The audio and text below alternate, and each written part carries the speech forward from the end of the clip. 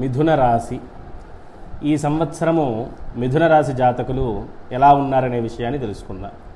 ముందుగా ఈ రాశిలో మృగశిర నక్షత్రంలో ఉన్నటువంటి 3, 4 పాదములు, ఆరుద్ర నక్షత్రంలో ఉన్నటువంటి 1, 2, 3, 4 పాదములు, పునర్వసు నక్షత్రంలో ఉన్నటువంటి 1, 2, 3 పాదముల వారు మిథున రాశిలోకి వస్తారు. ఈ రాశి జాతకులు ఈ సంవత్సరము శుభ పరిణామాన్ని పొందుతున్నట్టుగా మనం చెప్పవచ్చు. వీరికి ఆదాయం 14 గాను, వ్యయం 2 గాను, రాజ్యపూజ్యం 4 గాను, అవమానం 3 గాను వీరికి పరిగణింపబడింది. ఈ సంవత్సరం వీరికి సాధారణమైనటువంటి బృహస్పతి యోగం ఉన్నప్పటికీ కూడా విద్యార్థులు కొంత శ్రమని ఎదుర్కోవాల్సి వస్తుంది. కొంత శ్రమ చేస్తే ఖచ్చితంగా కొంత ఉత్తీర్ణతా శాతం పెరిగేటువంటి అవకాశము విద్యార్థులకు కలుగుతుంది. విదేశీయానానికి కాస్త ఇబ్బందులు ఎదుర్కోవాల్సి వస్తుంది. రావి చెట్టు చుట్టూ కూడా ప్రదక్షిణ చేసిన ఎడల విదేశీయానం చెయ్యాలి అనుకునేటువంటి వారికి మార్గము సులభంగా మారుతుంది. అదేవిధముగా ఉద్యోగులు ఈ సంవత్సరం ఉన్నతమైనటువంటి పరిస్థితులు చూడాలి అనుకున్నవారు సుబ్రహ్మణ్యేశ్వర స్వామి వారి వద్దకు వెళ్ళి వారి వద్ద నాగసింధూరంతో అర్చన చేయించుకొని దానిని విధిగా ధరించినట్లయితే ఉద్యోగులకి మంచి ప్రమోషన్స్ వచ్చేటువంటి అవకాశం, ఉద్యోగ రంగమున వారు ఉన్నత స్థితికి వెళ్ళేటువంటి అవకాశము అధికంగా ఉంటుంది. ఈ యొక్క మిథున రాశిలో ఉన్నటువంటి జాతకులు వివాహం కోసం ఎదురు చూసినట్లయితే వారు ప్రతి మంగళవారం రోజున స్వచ్ఛమైనటువంటి ఆవు పాలతో సుబ్రహ్మణ్య ప్రతిమ లేదా నాగ ప్రతిమకి అభిషేకం చేయించుకున్నట్లయితే 3 వారాలు వారు చేసిన ఎడల ఈ సంవత్సరం తప్పకుండా వారికి మంచి వివాహము జరిగేటువంటి అవకాశము కలుగుతుంది.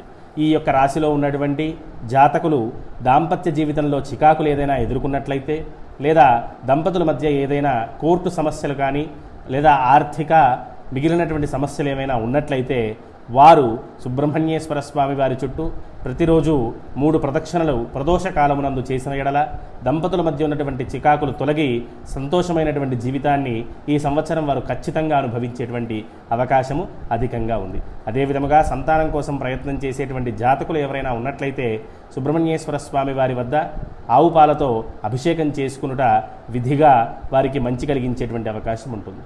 అలాగే ఆర్థిక ఇబ్బందులేమీ ఉండవు.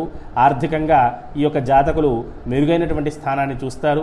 అయినను కూడా కొన్ని రుణములు వీరికి ఏర్పడి రుణబాధ కలిగేటువంటి అవకాశము ఈ సంవత్సరం వీరికి అధికంగా ఉంటుంది. అదేవిధముగా వ్యాపారస్తులు సాధారణమైనటువంటి వ్యాపార పరిస్థితులను ఈ సంవత్సరం చూడవలసి వస్తుంది. గొప్ప పెట్టుబడులు పెట్టినప్పటికీ వారికి ఆశించిన ఫలితము అందకపోయేటువంటి ప్రమాదం ఉంది. కనుక వీరు వ్యాపారస్తులు మిథున రాశి జాతకులు శ్రీ వెంకటేశ్వర స్వామి వారికి తులసీ దళములతో లేదా తులసీ పత్రముతో అర్చన చేయించిన ఎడల వారి యొక్క వ్యాపార వృద్ధి కలిగేటువంటి అవకాశము అధికంగా ఉంటుంది.